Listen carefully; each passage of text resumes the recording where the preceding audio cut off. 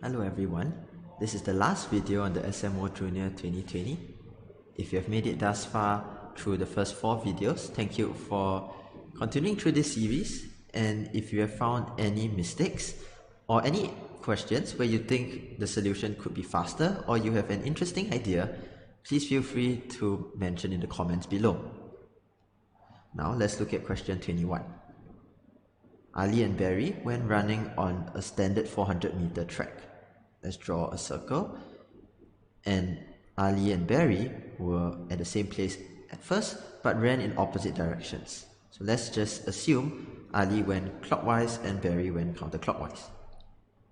After 24 minutes, they ended up at the same place, but Ali completed 12 rounds while Barry completed 10 rounds.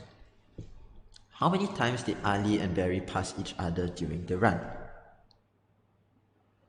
Now there is enough information for us to find Ali's speed and then to find Barry's speed and then to calculate how long they take to meet one time, how long they meet the second time, how long they take to meet the third time, and so on, and then see how many times that happens in 24 minutes.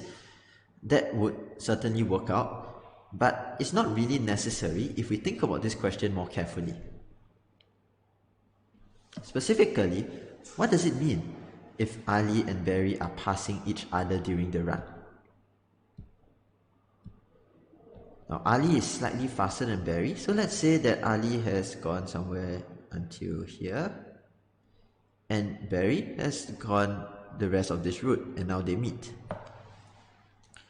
Now, clearly, this means that if they met somewhere down here, Ali and Barry have run one round combined. How long would it take to meet the second time? Well, we didn't calculate it based on time, but we do know that when they met the second time, it means that they have ran 2 rounds together. In other words, what we are observing here is that when they combine to run one round, then they will meet once. How many times did they meet? It's just how many rounds they ran altogether. So 10 plus 12 equals to 22. So in other words, they met each other 22 times, but the 22nd time would be when they finished their run. So the 22nd meeting is at the end. The comment in the question explicitly tells us to exclude from our answer the times that they met at the start and the end. So that means that the answer is just 21.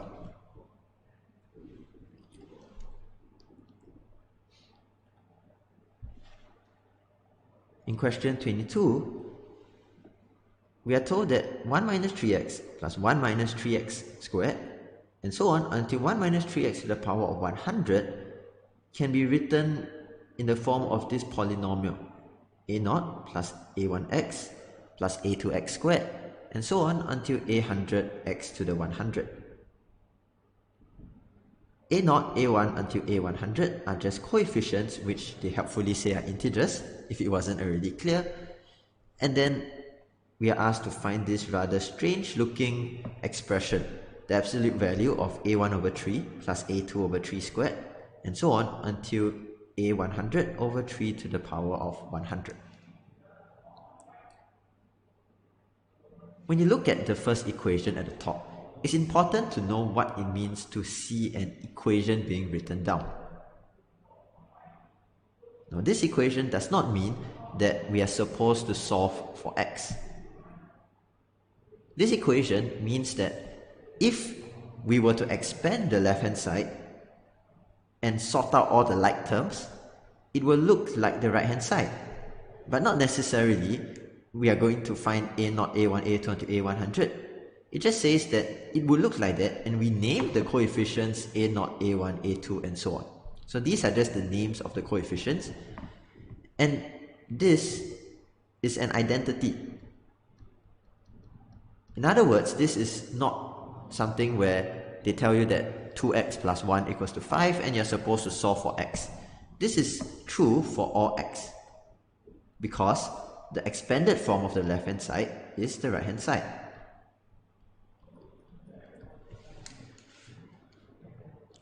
So if this is true for all x, we can pick what value of x we would want to put in order to gather some information about a0, a1, a2, and so on.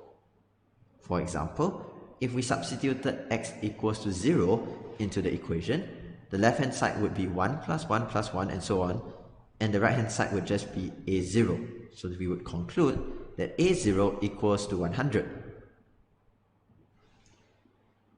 Now, what substitution would we want to make? Well, it should be pretty suggestive when you see a1 over 3, a2 over 3 squared, and so on until a100 over 3 to the 100. Now, it doesn't take too much imagination. As long as we pay close attention, we can see that we should substitute x equals to 1/3. If we substitute x equals to 1/3, the left-hand side, 1 minus 3x is 0, plus 0 squared, plus 0 cubed, and so on, so everything's 0. Whereas the right-hand side is a0 plus a1 over 3, a2 over 3 squared, and lo and behold, we get almost exactly what we want. Why is it almost? Because there is this slight nuisance of a0. But hey, we already explained how to do that a moment ago. So if a0 is the only thing that is stopping us from getting our answer, we don't have much of a problem. We do the substitution of x equals to 0 that was mentioned a few moments ago, and the left-hand side would be 100, and the right-hand side would just be a0. So since this is 100, it implies that everything else is minus 100, and the absolute value of minus 100 is just 100.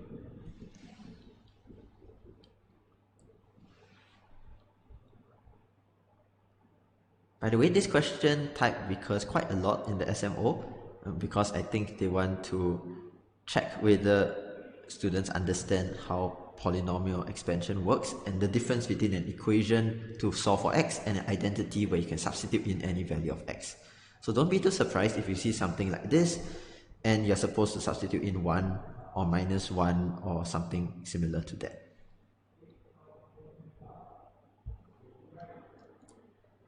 Next up is question 23, another rather commonly occurring question in the SMO.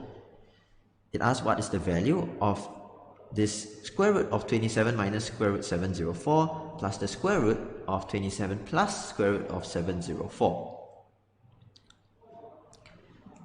For those of you who are not too familiar with surds or radicals, 27 minus square root 704 and 27 plus square root 704 are known as conjugates.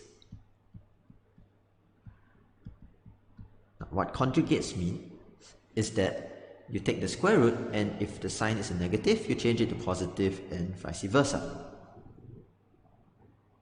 Now, why these conjugates are very useful is that their sum is nice and their product is also nice. I'll elaborate on this shortly as I go through the approach to solve this question. So we are asked to find what's the value of this. Certainly we would want to get rid of at least some of the square roots. So what we're going to do is to call this whole thing A. You could call it X or S or anything you like. I'm just going to use A this time. And we square it by writing A squared equals to, the first term is going to clear the square root plus 2 times of their product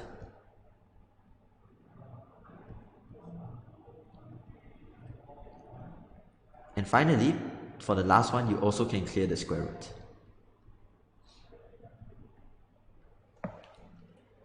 Now we notice that for the first and last term, there's no more square roots because actually the square root 704 cancels out. And for the one on the inside, which is a square root times the square root, we can combine it together into a single square root. And we'll get to see here why the product of conjugates is actually quite nice. So to combine the first and last, 27 times 2 is 54. And I will just combine them here. 27 minus square root 704. 27 plus square root of 704. So what we have here are conjugates, and because it is a sum times the difference, we can use the difference of squares identity. That tells us this is just 27 squared minus the square root of 704 squared. This is equal to 729 minus 704, which is 25.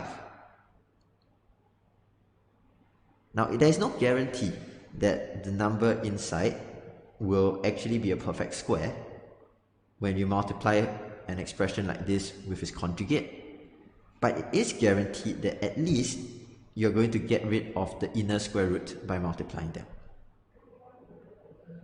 So in this case, the square root of 25 is 5, and then 54 plus 2 times 5 is 64. Since a is clearly positive, this implies that a is just the square root of 64, which is 8.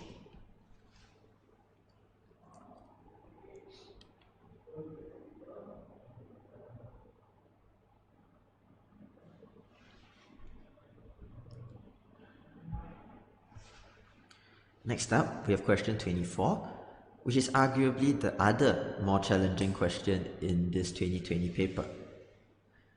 So if m greater than n are positive integers satisfying, m squared minus n squared plus is equals to 1 plus atn, what is the smallest possible value of mn? Okay, so this is quite a conundrum because 1 plus atn is not really useful in any appreciable way.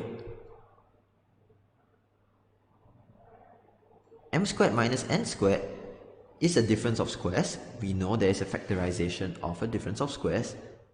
However, it is quite difficult to actually find what is any use of that factorization when 1 plus atn is kind of a dead end. So what do we do here? Well, the first idea that we can use is to look at the roles that m and n play in our equation. We're not going to expand it just yet, neither are we going to substitute in values. We just want to understand what role does m actually play and what role does n actually play. Now n is on both sides of the equation, atn and the minus n squared, whereas m only appears once. M squared minus n squared is the only place where you see m appearing. Now m squared minus n squared, because m is greater than n, it means that this number here can't be too big because you are squaring it, whereas the expression on the right hand side is only linear. So if the right hand side is only linear in n, you cannot have m squared to, let's say, be 100 times of n squared if m is 10 times of n, because that would mean that you have something really large down here.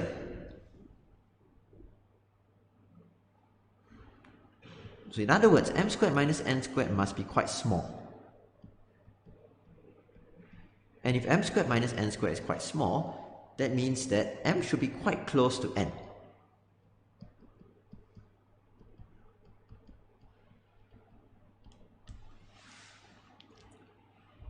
Now, how close exactly is close? Well, if we look at the closest possible candidate, m is at most n plus 1. That's the closest you can get. And that means that m squared minus n squared is going to be at least, sorry, I think I have this in the wrong direction, so let me write that again. M is at least n plus 1, so m squared minus n squared is at least n plus 1 squared minus n squared. which is n squared plus 2n plus 1 minus n squared equals to 2n plus 1.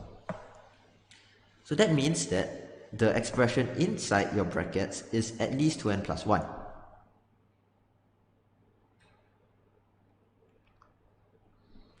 And so your m squared minus n squared squared is going to be at least 2n plus 1 squared.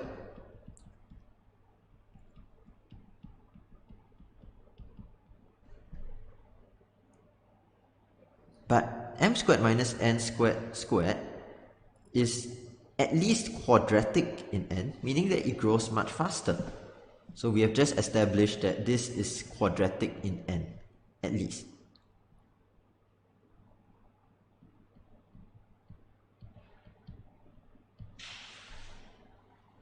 Now to make this a bit more concrete, we can say that if this is at least quadratic, 4n squared plus 4n plus 1 is actually smaller than or equal to 1 plus 80n.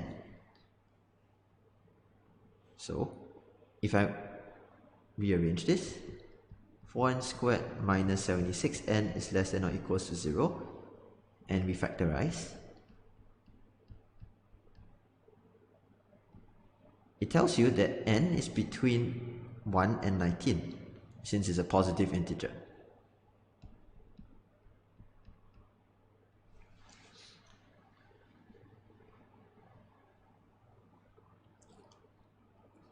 Now this is actually good enough, and we often have this idea for number theory, which is that if I can get a reasonable looking range, I don't actually need to find an instant Q for my whole equation. It suffices to know that, okay, there are only 19 possible values. That doesn't mean we're going to try all 19, but that is not even that bad, so to speak. Let's see how we can deal with these 19 cases without actually writing down 19 possibilities.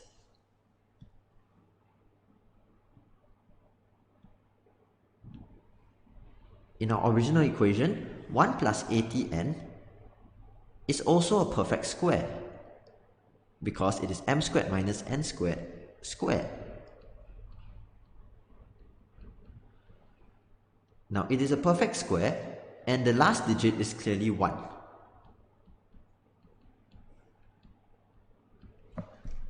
So we can just look at the perfect squares ending in 1 and check which values of n they correspond to. So 1 squared equals to 1. The next one is 9 squared equals to 81. Then 11 squared equals to 121. 19 squared equals to 361. So this would take a while, but remember that the largest that we can go to, the maximum 1 plus 80n, is 19 times 80 plus 1, which is equals to 1521. So we don't actually have that many to write.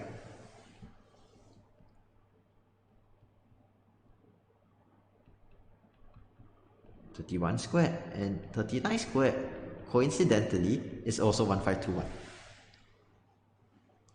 Okay, so these are the ones that we can write down. The alternative would be you can try out n equals to 1 to 19. You just keep adding 80 and check whether it's a perfect square. You could go in that direction as well. For me, if I'm familiar enough with some of the small perfect squares, I'm just going to list the perfect squares instead. It's up to you which one you prefer. Now this would give us some values. This gives you n equals to 0, which we reject. This is n equals to 1. This would give you no valid n. Same for this.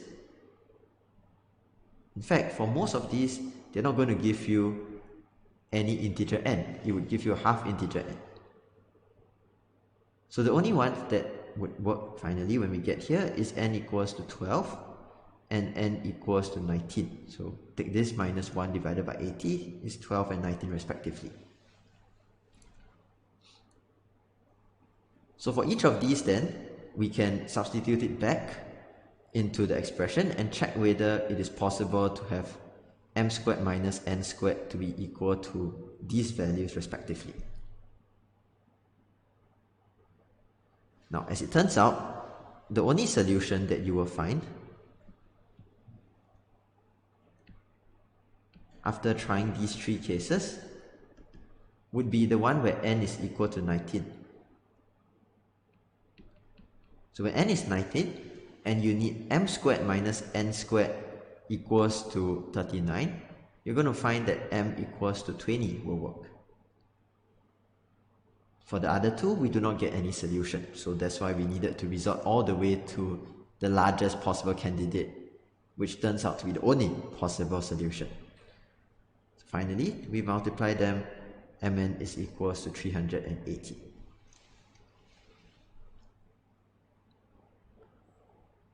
So as I mentioned, this would probably be the other more difficult question in the paper, because you would need to look at this equation in a few different ways. You look at it in terms of the role that m and n play in order to realize that m must be quite close to n.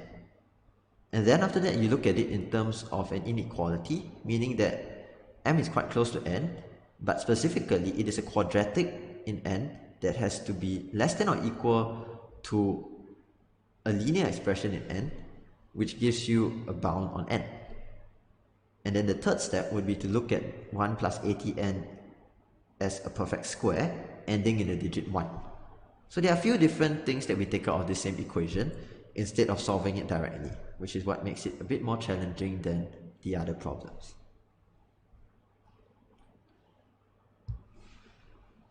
Last but not least, we'll look at question 25, which is definitely not the hardest problem in this set of problems. It asks you what is the value of this sum, and they group together by the numerator. So numerator is 1, then 2, then 3, all the way until 35, then 36. Needless to say, this is not a very good grouping, because there is nothing we can do if the numerators are the same. We would much prefer if the denominators were the same. For example, if I group together all those with the denominator being 37, that would be far easier to work with than having all the numerators be identical. So let's go with that.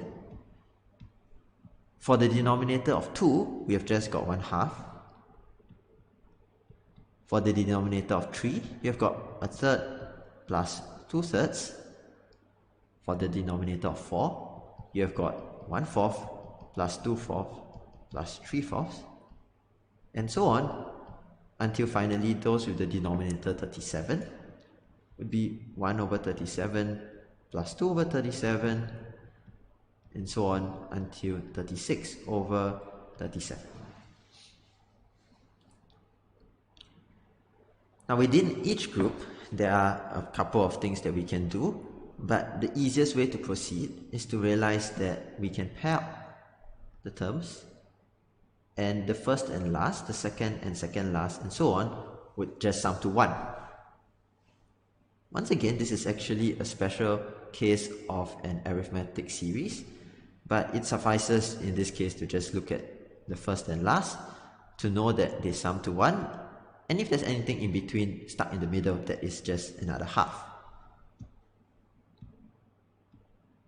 Thus, this can be written as just half plus 1 plus 3 over 2 plus 2, and so on. The final sum has 36 terms, which means 18 pairs that sum to 1. So we end off at 18. I can factorize out 1/2, so it becomes 1/2 times 1 plus 2 plus 3 until 36.